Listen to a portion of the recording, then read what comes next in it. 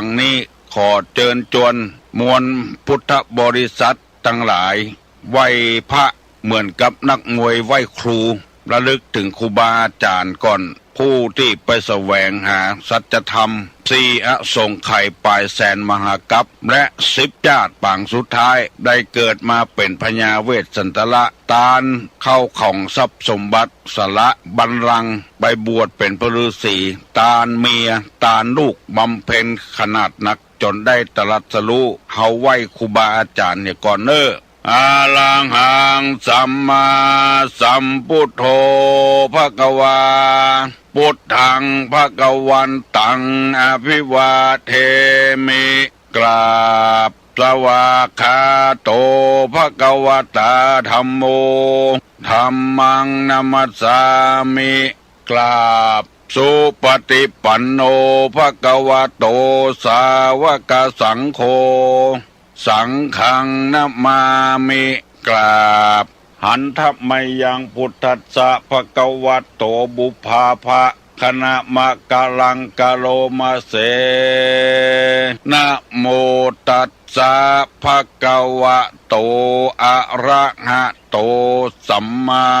สัมพุทธัสสะนะโมตัสสะภควโต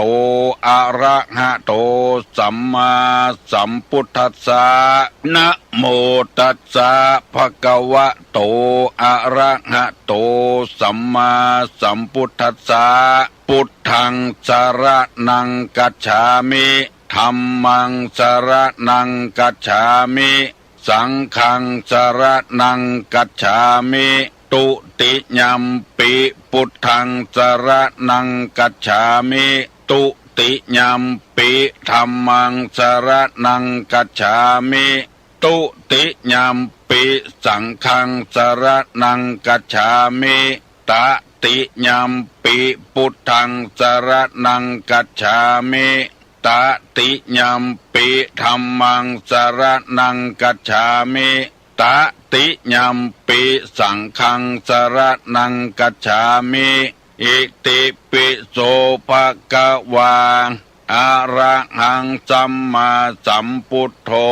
วิชชาจรณะสัมปันโนสุขโตโลกาวิทูอนุตตโลปุริสาธัมมสารถิสัทธาเตวะมนุสสานังพุทโธภควาติสวากขาโตภควตาธัมโมสันติติโกอากาลิโกเอหิปัสสิโกโอปนะยิโกปัจจัตตังเวทิตโพวินยูหิติสุปฏิปันโนภควโตสาวกสังโฆอุจุปฏิปันโนภควโตสาวกสังโฆญาญะปฏิปันโนภควโตสาวกสังโฆสามิเจปฏิปันโนภควโตสาวกสังโฆญาติตังจัตตาลิปุริสายุคานิอัฏฐปุริสาปุคลาเอสาภควโตสาวกสังโฆอาหุไนโยปาหุไนโยทักขิไนโยอัญจลิกาลนิโยอนุตตะลังปุญญเขตังโลกัสสาติกราบหนึ่งกราบสองกราบสามมาละเนอป่อออกแม่ออกพี่น้องวงศาคณาญาติเสียงก้องเสียงกองเสียงงองต่ำเข้าเสียงตุเจ้าเตสนาธรรมเข้าหูฟังแล้วชื่นใจม่วนใจเพราะว่าบ้านเมืองยังร่มเย็นเป็นสุขอยู่จะได้นำเอากรรมโบราณกรรมเก่ามาเสนอเพื่อท่านผู้ฟังทั้งหลายได้รับทราบเพิ่นว่าไว้ว่างให้ฮื้อเปิ้นตายตัวตายให้ฮื้อเปิ้นชิบหายตัวชิบหายกรรมนี้ เปิ้นแปลงมาเพื่อฮื้อคนเฮานั้นมีเจตนาดีต่อคนทุกคน จะไปกึดค่ำขาลาวีกันจะไปกึดเผาผลาญ เอาตัวดีคนเดียวคือคนอื่นได้ล่มจมมันอยู่จะบ่ม่วนมีเหตุมีการมีโพยมีภัยตัวเคยทำเฮือเปิ้นก่อนแล้วเวลาตัวมีเรื่องมีราวก็ไปหน้าโทษเปิ้นอันเนี้ยเป็นคนที่ขวางบ้านขวางเมืองทำความเดือดร้อนให้คนอื่นตัวเองสร้างความลำบากให้แก่ประเทศชาติบ้านเมืองเพราะว่ามีหอยอันใดอันหนึ่งเพิ่นทำให้ตัวพ่องก็ไปโวยวายตัวจะเดือดร้อนบ่ฮู้เพราะบ่ได้ฟังกรรมที่ว่าใครให้เปิ้นตายตัวตายใครให้เปิ้นชิบหายตัวชิบหาย ตุลงมีนิทานประกอบเรื่องนี้พี่น้องทั้งหลายบางคนก็ได้ฟังละบางคนก็ไม่ได้ฟังกำเตื้อซ้ำเก่าซ้ำใหม่คงจะบ่เป็นหยังเพื่อให้เป็นคติเตือนใจคือชุมชนเฮาเข้มแข็งเฮาอยู่อย่างเข้มแข็งเช่นพ่อเช่นแม่เฮาแปลงหอย่อเฮือนก็ช่วยกันเฮือศาลาขึ้นขันตั้งอย่างหมู่นั้นก็ช่วยกันแปลงตูบแปลงปางเฮือกันอยู่ก็ช่วยกันตูบยางห้างเฮือนก็ช่วยกันตายเป็นเหม็นเน่าก็ช่วยกันเจ็บเป็นเย็นอุ่นก็ไปเยี่ยมไปใจกันจะบวชจะเป๊กก็ช่วยกันกินสลากหากไม้ก็ช่วยกันชุมชนเช่นพ่อเช่นแม่เฮาเปิ้นเข้มแข็งเพราะเปิ้นถือสุภาษิตกำบ่เก่าบ่แก่ไผคนใดบ่ฮู้เล่ามาว่ามีวัดหนึ่งในสมัยโบราณมีตุเจ้าพระเนนหลายเพราะตุเจ้าอาวาสเปิ้นใจดีใจบานเอื้อเฟื้อเผื่อแผ่บ่หันแก่ตัวบ่หันแก่ได้บ่สะสมทรัพย์สมบัติอย่างไว้เลยมีคนไปอยู่ลูกหวงลูกไก่ไปอยู่ก็มีแล้วก็วัดนั้นมีแม่ชีคนเฮาว่าเนี่ยผ้าขาวอยู่ตัวหลายคนแล้วใกล้วัดนั้นมีเศรษฐีคนหนึ่งเป็นคนรวยแล้วมีลูกหลายคนอีกจะมีลูกประจายคนหนึ่งเป็นคนบอกให้เอาทานก็เลยไปส่งไปเฮียนที่ไหนก็บอกให้เอาทานเลยไปบวชกับตุเจ้าวัดใกล้ๆบ้านน่ะบวชเป็นสามเณรแล้วเศรษฐีคนนี้มีอคติอยู่อย่างหนึ่งถ้าไปส่งเข้าวัดกาเขาไปส่งให้ลูกตัวเก่าคนอื่นนี่บ่สนใจตุเจ้าพระนายบ่สนใจกับลูกตัวเก่าแล้วมีอคติต่อแม่ชีคือแม่พระขาวหันแม่ชีไปบิณฑบาตอย่างตุเจ้าจังเปิ้นบ่ชอบเปิ้นยังมาปอด่าบริพาทต่างๆว่าเสี่ยงกำกึดไปแอบแฝงอยู่กับวัดกวาหมู่เนี้ยบริพาทต่างๆคนนั้นเป็นไปอย่างนั้นคือมองในแง่ร้ายมีอคติต่อแม่ชีแม่พระขาวแม่ชีไปบิณฑบาตมันก็ไปใจใส่อยู่มาวันหนึ่งมันจะแกล้งแม่ชีที่ค้านหันกุมเข้ามาก่ายสองหน้าห่อนึ่งแล้วเอายาพิษเข้าใส่พอแม่ชีมาบิณฑบาตก่ายหน้าบ้านมันก็เอาห่อนึ่งที่ใส่ยาพิษใส่บาตรถึงแม่ชีก่ายหน้าบ้านแม่ชีมานี่ก่อนแม่ชีก็เลี้ยวพอหันเศรษฐีเอาเข้ามาใส่บาตรเอาอาหารมาใส่บาตรแม่ชีเป็นผู้ปั้มเป่งธรรมยึดในธรรมเพิ่นบ่ใจล้วนเลต่อใดโปรดสังเกตว่ากูเตื้อก็บ่หันใส่บาตรสักเตื้อวันนี้มาใส่บาตรก็เลยจุกเอาเข้าเอาอาหารใส่บาตรแล้วปั่นปอนว่าใครให้เปิ้นตายตัวตายเน้อใครให้เปิ้นชิบหายตัวชิบหายเน้ออายุวโนสุขังพลังแล้วก็ไปใส่บาตรเสร็จสับแล้วก็แม่ชีก็ปิกมาวัดจะกินข้าวมาเจ้าเตพอห่อนึ่งที่เศรษฐีเอาใส่บาตรเป็นห่อนึ่งไก่มีตับมีไตอยู่ในหันหมดหอมคึกำลังอุ่นๆแม่ชีก็ให้ทำบุญถ้าเฮากินจัดนี้มันก็หมดไปเหี่ยจัดนี้เป็นมูลเป็นขี้ไปเหี่ยเอาไว้กินจัดหน้าดีกว่าทำบุญต่อก็เอาไปถวายเจ้าอาวาสเพิ่นก็ว่าโยมอาตมาฉันแล้วมาเจ้าอิ่มละแล้วก็เล่าไว้หั่นเถอะตุเจ้าเปิ้นก็ประกาศได้เอาพระเนนองค์ใดเมื่อเจ้านี่ถ้าบ่ได้กินข้าวเตื้อก็มานี่ก่อนเน้อปรากฏว่าลูกเศรษฐีคนนั้นมัน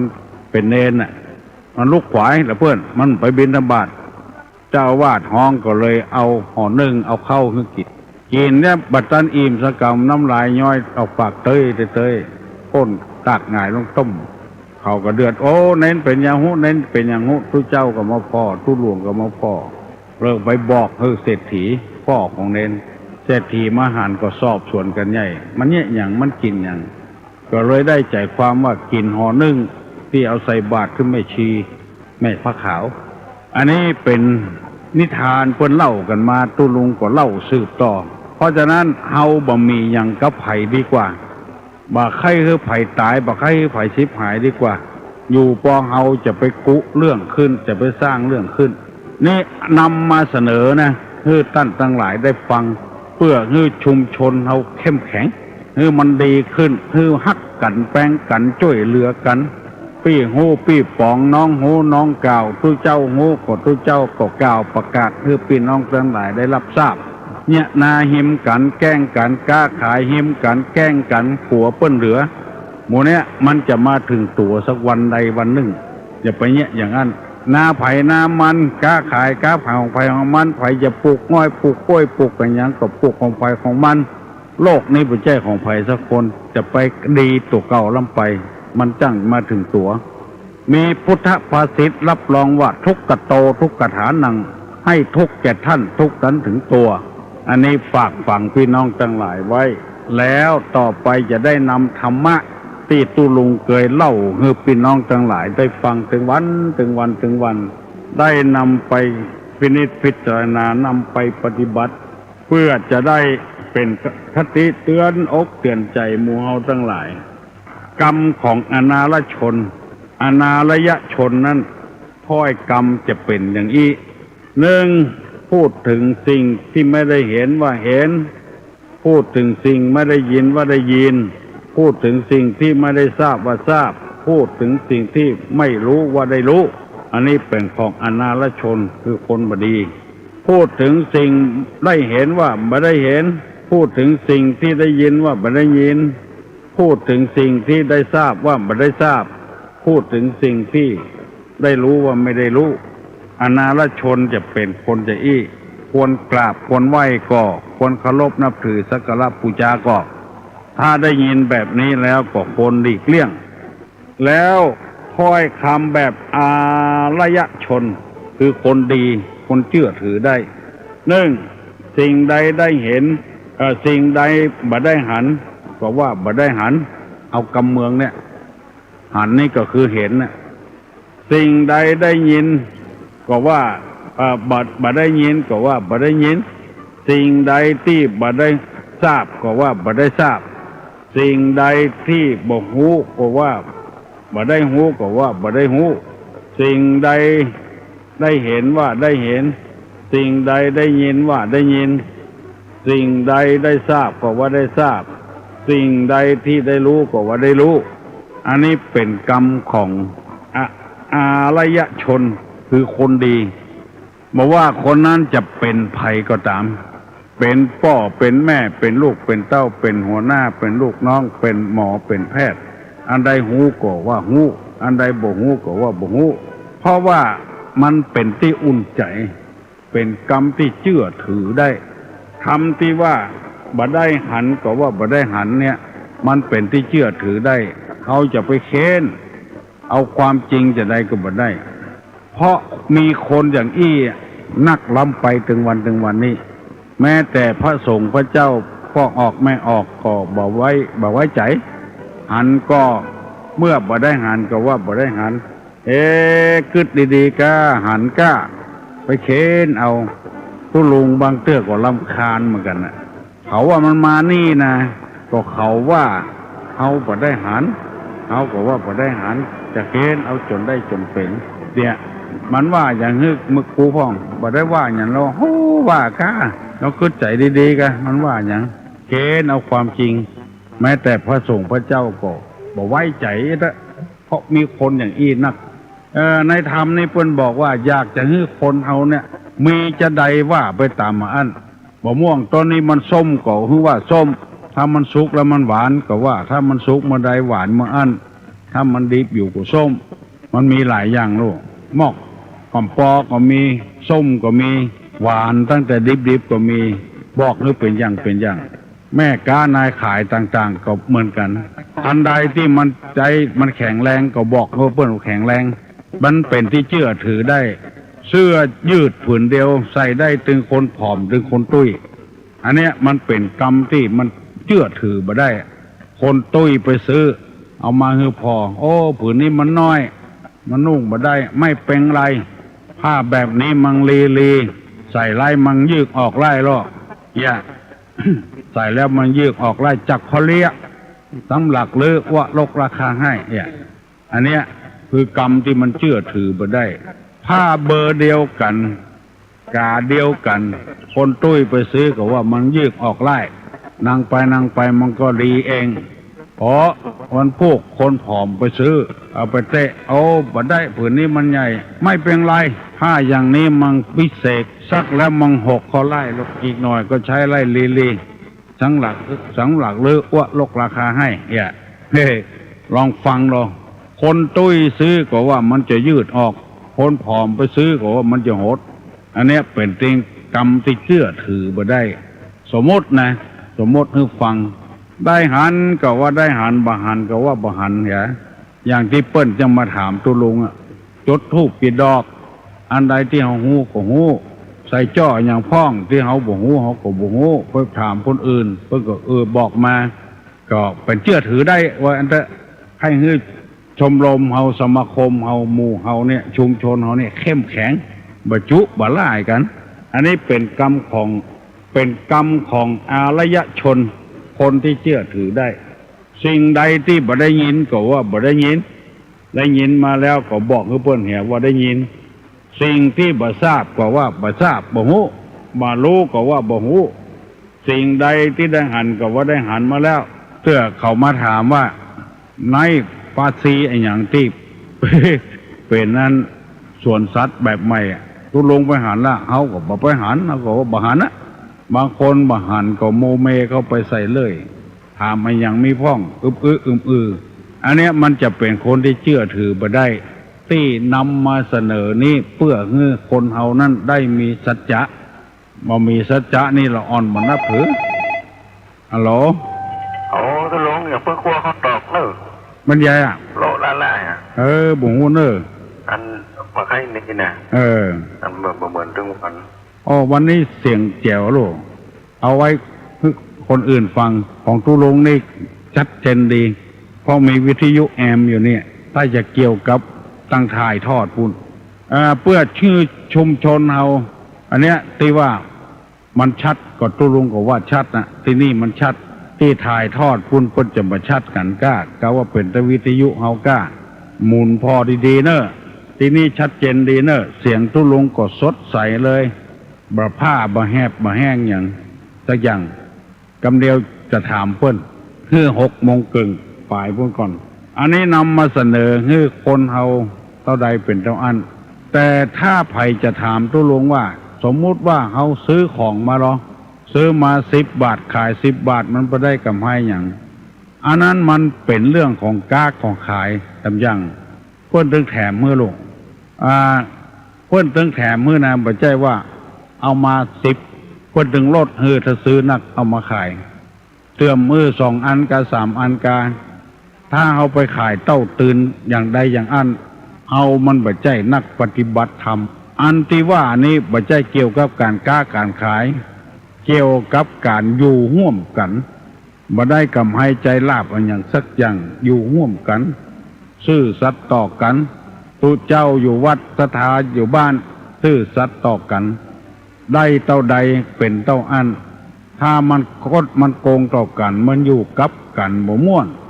กลับกรอกปิ้นกันไปปิ้นกันมามันไม่ใช่อารยชนมันเป็นอนาลยชนไปเหี้ยอนาลยชนนี่คือคนที่ไว้ใจบ่ได้คนบ่ดีอารยชนนี่คือคนดีไว้ใจมั่นใจดีใจบ่โกหกพกโกมกันเป็นที่หัวกันทั่วไปแล้วถึงวันนี้ไผบ่ใครไว้ใจกันก็เพราะว่าเฮาบ่ได้เอาธรรมะมาประกอบในการอยู่การกินถึงวันนี้ แปดกันไปแปดกันมาจุได้ก็จุเอาสะปะสะปืนเพื่อมาถามตุลุงว่าตุลุงอันก็หมอนั้นเขาก็ว่าบาหารเนี่ยเอาบาหารนะเขาว่าบาหารเขาว่ามันมาวัดนี่นะเขาว่าเนี่ยเอาบุ่มอยู่ในห้องเขาไปหันจะได้เมื่อบ่ได้รับคำตอบที่ถูกต้องก็โคตรเกลียดว่าตุเจ้าบิดบังความจริงอย่างนี้เป็นต้นอันใดมีก็ว่ามีอันใดบ่มีก็ว่าบ่มีวันนี้นำมาเสนอให้พี่น้องทั้งหลายได้รับทราบยังมีของดีๆอยู่จัดนักเนอฟังไปเรื่อยๆเตอะและจะได้รับกำหูกำลวกขึ้นนักแถมน้อยพยายามจดจำไว้เป็นครูบาอาจารย์ก็ตามเป็นหมอก็ตามมันเอากำให้นักลำไปก็อย่างที่เขาว่ามันจะบ่ให้มีไผเชื่อถือยิ่งเป็นกำนันเป็นผู้ใหญ่บ้านเป็นอบตเป็นนายกเป็นประธานอะไรอย่างต่างๆก็เช่นเดียวกันไปกินนั่นน้อยนี่น้อยมันเสียทำความดีมาจัดนักตัวเองก็เลยเสียไปใหญ่บ่มีไผเคารพยำเกรงจะไปจุไปไล่กันโกหกพกลมกันภัยไข้เป็นอารยชนปฏิบัติตามเนี้ยหันก็ว่าบาหันก็ว่าบาหันบ่ได้ยินก็ว่าบ่ได้ยินแล้วก็บ่ทราบก็ว่าบ่ทราบบ่ฮู้ก็ว่าบ่ฮู้แล้วก็ว่าทหารก็ว่าได้หันได้ยินก็ว่าได้ยินทราบก็ว่าได้ทราบฮู้ก็ว่าได้ฮู้อันนี้จะเป็นอารยชนแล้วก็มีคนเคารพนับถือเชื่อถืออยู่ด้วยกันได้มีความสุขมันแป๊ดกันไปแป๊ดกันมามีรับลมคมในต่อกันนี่บ่ม่วนเพื่อเอาถามจะดีเปิ้นใครฮู้เปิ้นถึงถามเขาก็บอกคือเหี้ยได้นักได้น้อยได้ตัวใดก็บอกว่าเนี่ยตู้ลุงเคยถามเหมือนกันนะทอดกระถินได้ตัวใดหายพอดีนะเอาถึงจำใบจำเงาของบ่ถามเต้าตายมันกินเข้าละกาเขาก็บ่ถาม